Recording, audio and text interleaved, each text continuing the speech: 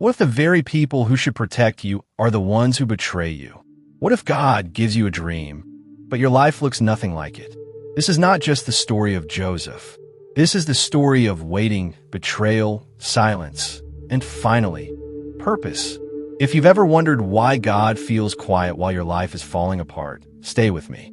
Because Joseph's story might explain your own. The boy with a dream. Joseph was not an ordinary child.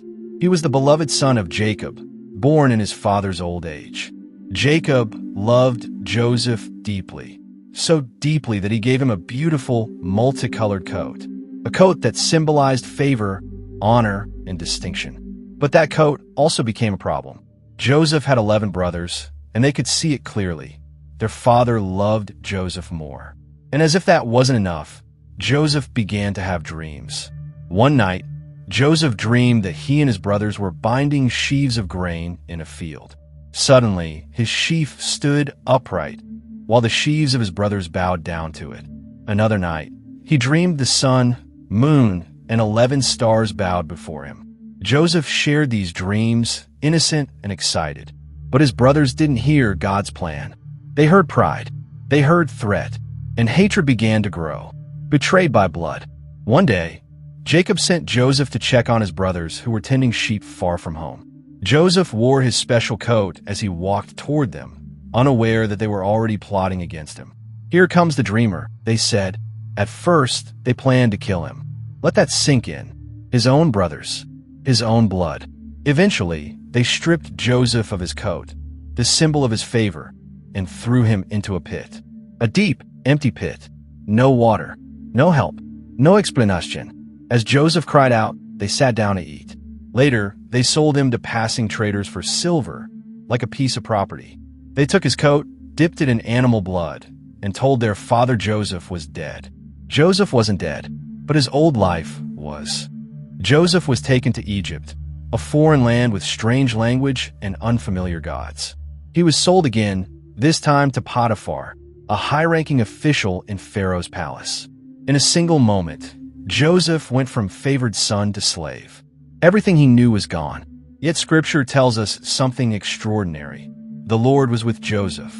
Not when life was easy, not when the dream made sense, but even in chains, Joseph worked faithfully. He didn't complain. He didn't rebel. He served with excellence. And soon, Potiphar noticed that everything Joseph touched prospered. Blessing followed him even in bondage. Joseph was placed in charge of the entire household. It looked like the dream was rising again. But the test wasn't over. Falsely accused, Potiphar's wife noticed Joseph. Day after day, she tried to seduce him. Joseph refused. He said, "How can I do this great wickedness and sin against God?" One day, she grabbed his cloak. Joseph ran, choosing righteousness over comfort, obedience over pleasure. The cloak remained in her hands. Humiliated and angry, she lied. She accused Joseph of attacking her. Potiphar believed her. Joseph was thrown into prison. Pause and think about that. Joseph did the right thing and still suffered. Have you ever obeyed God and still paid the price? Joseph had. Forgotten in prison. Prison could have broken Joseph. Instead, it refined him. Once again, the Bible says God was with Joseph. Soon, Joseph was placed in charge of the other prisoners. Even in confinement, leadership followed him. While there, Joseph met Pharaoh's cupbearer and baker. Both were troubled by dreams they couldn't understand. Through God's wisdom, Joseph interpreted them. One dream meant restoration. The other meant death. Both came true. Before the cupbearer was released, Joseph pleaded, "Remember me when you return to Pharaoh." The cupbearer promised, but he forgot. Days became months. Months became years. Joseph waited, still faithful, still patient, still trusting God, even when heaven was silent. The sudden turn.